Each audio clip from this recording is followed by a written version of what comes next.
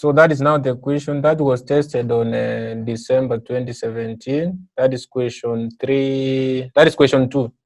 I'm talking about question 2. So this is question 2. So this is December. If I can check here.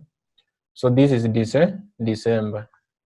So December 2017. Question 1 is there. Then now we have the question 2. So here I have question 2. Question 2. So question 2C. I'll be talking about question 2C.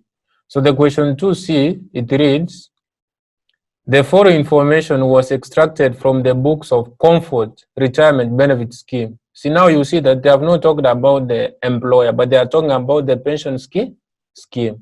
So the following information was extracted from the books of Comfort Retirement Pension Scheme for the year ended 31st October 2016 and 31st October 2017. So there, if you can see, Jonas, we have the discount rate on 1st November. So those dates are important because now I will be checking something called balance product and carry down. So we have discount rate on 1st November 2016 and 2017. Then we have the expected rate of return on plan A asset. Expected rate of return on plan A asset. So we have the 12% and 10%. The next, we have the average remaining service life. Average remaining service life. So we have 10 and 10. So that is in terms of years. The next here on the other side, it continues on the other side. It reads, fair value of plan asset, 1st November 2016, 2017. Then we have the present value of plan obligation, that is 1st November. We have the current service cost. We have the current service cost. We have the current service cost. We have the benefits paid. Then we have the contributions to the scheme. Then we have the past service cost. So additional information, as at 1st November 2015. So as I have said, those dates are important. As at 1st November 2015, the present value of plan obligation, and the fair value of plan asset were both 100 million. Assume all the transactions occurred at the year end. So if you can check on this question, they are requiring what? For each of the year ended 31st October 2016 and 31st October 2017, determine the actual gain or losses. So the actual gain or losses. That is my step 3. But in order to arrive at that step 3, remember you have to start from step 1. 2 marks. Net pension cost to be charged in the income statement for each of the 2 years, that is. Net pension cost to be charged in the income statement for each of the 2 years, 4 marks. Balances to be reflected in the income statement. That is not the income statement. I'm saying balances to be reflected in the statement of financial position at the end of each year, 2 marks. So now under that one, Jonas, it's a very simple question because already I have mentioned about the format on how to find step 1. That is whereby you start from determining actual gain or actual loss on plan assets. Step 2, you talk about actual loss or actual gain on plan obligation. Now step 3 is what they are asking, actual gain or losses. So now you have to do step 1 so that you can have actual gain or loss from plan assets. Then now step 2, actual gain or loss on plan obligation. Then now step 3 is all about now, you just copy paste from step 1. The gain or loss, then step 2 also, gain or loss, so that you can sum up, then you have your answers. Then now next thing I will present something on the income statement, whereby the income statement I know they always have incomes and expenses. Then under the statement of financial position now, it's all about both of them. Income statement is an extract, so some incomes and expenses. Then 3, statement of financial position is also, I will check some of the assets and liabilities, also an extract. So now we can go direct and do the presentation in the shortest time possible.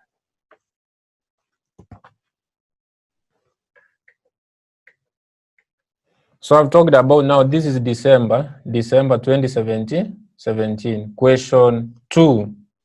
This question 2 what? Question 2, I have already displayed this question 2C. Question 2C.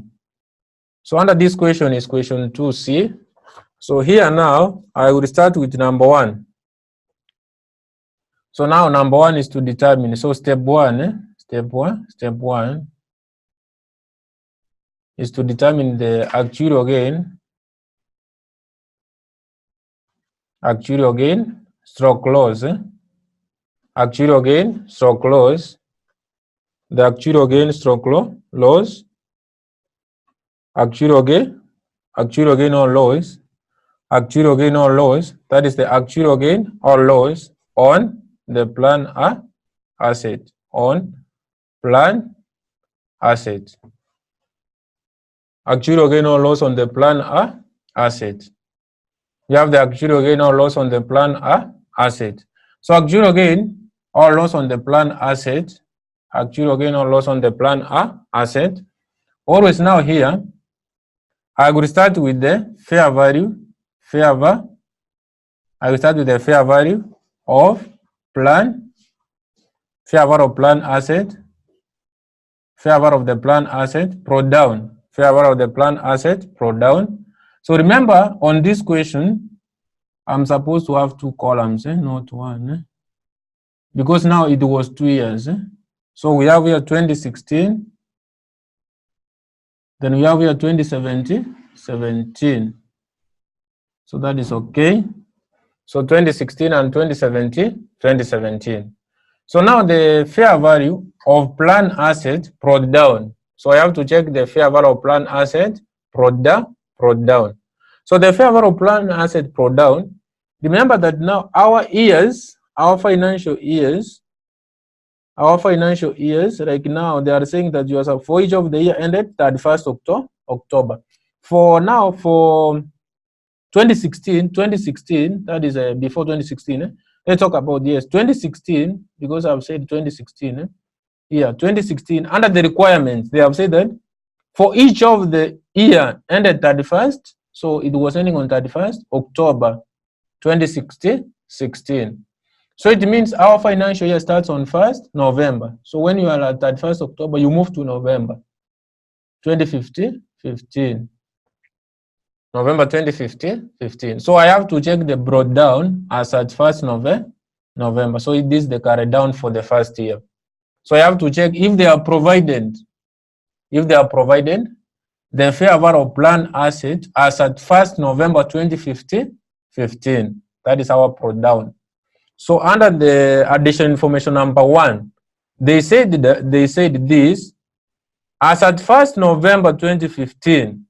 As at 1st November 2015, the one I've just displayed here, I have just recorded here, 1st November 2015, that is, they have said, additional information number 1, as at 1st November 2015, the present value of plan obligation and the fair value of plan asset were both 100. So it means here, the brought down is 100.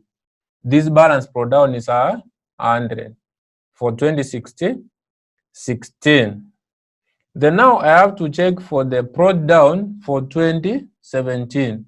So remember this next year again, for 2017, it is ending on 31st October 2017. So it means it's starting on first, that is 1st November 2016.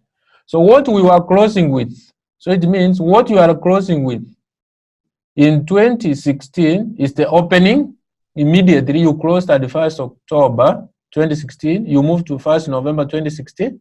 So the closing, the fair value of plan asset, which is a closing in 2016, is the opening for the financial year of 2017. Because now 2017, which is ending on 31st October, it starts on 1st November. So if you check under the statement, they have said that fair value of plan asset, 1st November, if I can be able to display so that you can understand more. So they have said this. So I am looking for the 1st November 2016. So here they have said that fair value or plan asset, 1st November 2016. 1st November, this 2016, 2017. So it means they have provided 96. So that is 96.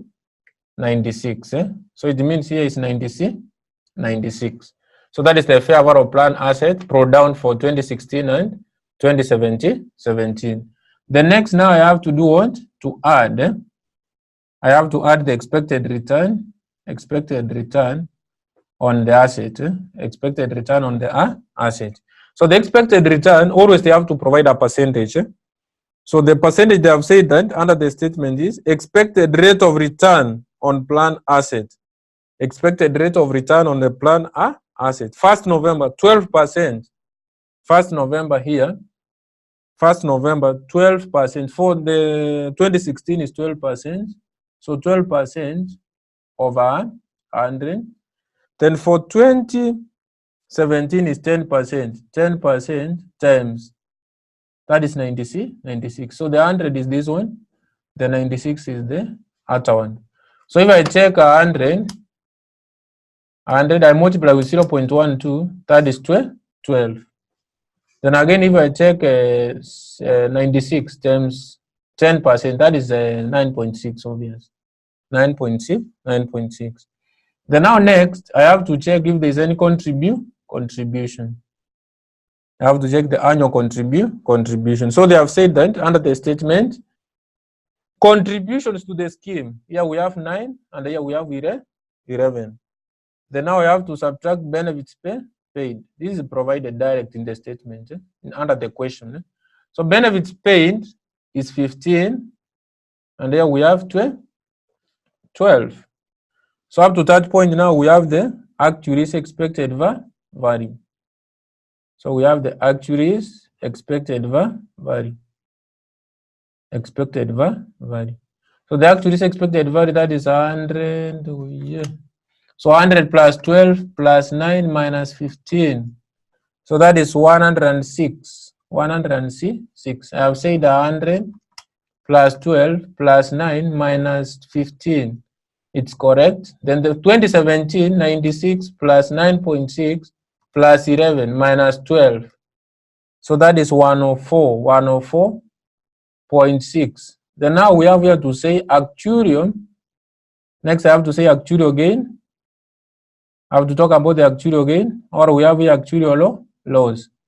So actuarial gain or loss. But to get that actuarial gain or loss, first I have to compare. I have to compare with what we have as the balance carried down. So I will talk about the fair value or plan asset carried down. So the carried down always they have to provide. Remember, the current year, that is not the current year. 2016, we have 2 years. We have 2016 and 2017. 2016 ends on 31st October. 31st October. So I have to check if they have provided anything ending on 31st October. Then now the next thing is 2017 ends on 31st October 2017. So now for the 2016, always the figure they were opening with, 2017 will be a closing here, because now here they are opening on 1st November. They are opening on 1st November 2016. So it means what they opened with in 2017, this one, 1st November 2016, ending on 31st October 2017, what they were opening with here is what they were opening with in 2016 is what they closed with in 2016. So it means 96 is the carried down. So that now for 2017, they have just provided direct, that is 110 under the question. So I want to compare to see if it's a gain or it's a loss. So if it's a gain or a loss. So we said that if, so let me call this one A and this one is B. So we say that under the plan asset, so if B, that is this one, if B is greater than A, that is again. If B is greater than A, that is again. But now if B is less than A, remember this is an actual outcome, outcome. If B is less than A, that is a loss. So it means here we have a loss of, so I would say 106 minus 96. That is a loss of 10. Then the same thing with here, it's a loss of, that is 104.6 minus 110. That is a loss of 5.4. So that's all about now the step 1 of getting actuarial gain or loss on plan asset. So that was step 1. So step 2 now is all about to find the actuarial gain stroke loss. Actuarial gain stroke loss on plan obligation, on the plan obligation. So actuarial gain or loss on the plan obligation, always you have to start with the present value. Present value brought down. Present value of plan obligation. Let me just write in full. Plan obligation brought down. So the present value brought down here, we have 2016, here we have 2017. So the brought down the same dates. It's only now we have to check the present value of plan obligation, whereby they say that as at 1st November, under additional information number 1, the present value of plan obligation and the fair value of plan asset were both 100. So it means here both are 100 under additional information number 1. Then now what they were bringing as a brought down in 2017, is obvious what they were closing with in 2016. So what they closed with 2016, under 2016, is as at 1st November 2016, so obviously provided direct is 100 under the statement. Then now next I have to check on the interest cost. So interest cost here you have to use the discount rate. Mostly they provide the discount rate. So the discount rate is the first thing under the statement, whereby we have 10%. 10% times this 100. Then now for 2017 we have 8%. 8% times 100. So we have 100 times 10%, that is 10. Then the other point now, 100%, that is 8%. I've talked about 10% of 100 is 10. Then 8% of 100 is 8. That is a direct thing. Then now we have to check any cost, like current service cost, then past service cost, and so on. So current service cost, they provided the current service cost under the statement of 8, and here they provided 10. Then now past service cost, if there is any past service cost, also you have to show that past service cost. You have to record that one. So the past service cost, the past service cost, was there past service cost? Yes. They provided 4 under the statement, and the other side nothing. So then now we have to subtract benefits paid.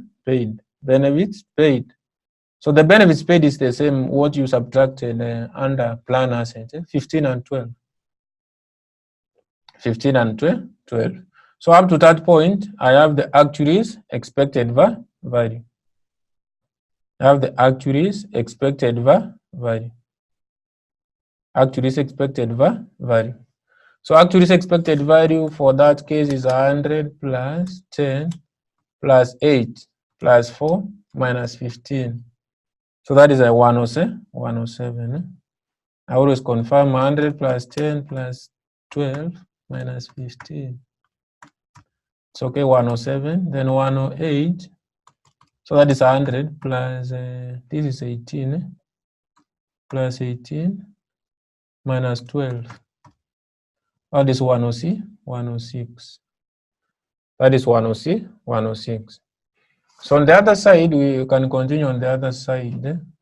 So on the other side, remember, here we have I've said we have the actuaries expected value. Actuaries expected value of 107 and 106. 107 and 106, this one.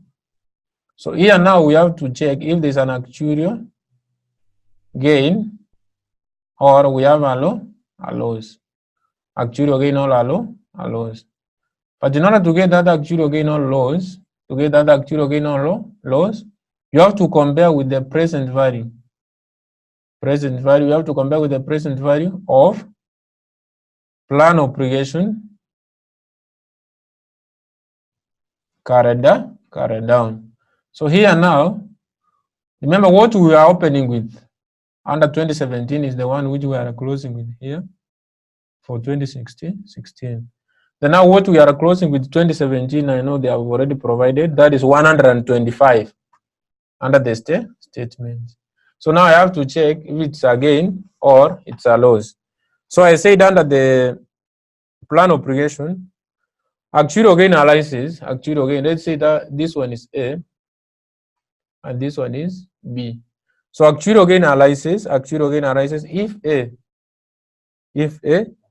is greater than B, so A is greater than B, this again. So 107 minus 100, that is 7.